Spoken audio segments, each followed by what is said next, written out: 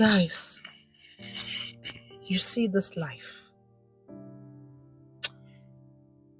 Tomorrow is not promised. We are just living in this life only because of God's grace. So,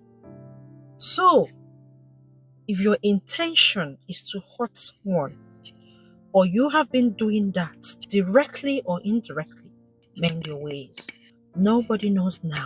Junior Pope is no more. Most of us, we've lost so many beautiful souls. Some of them are forgotten today. Let's get right with God.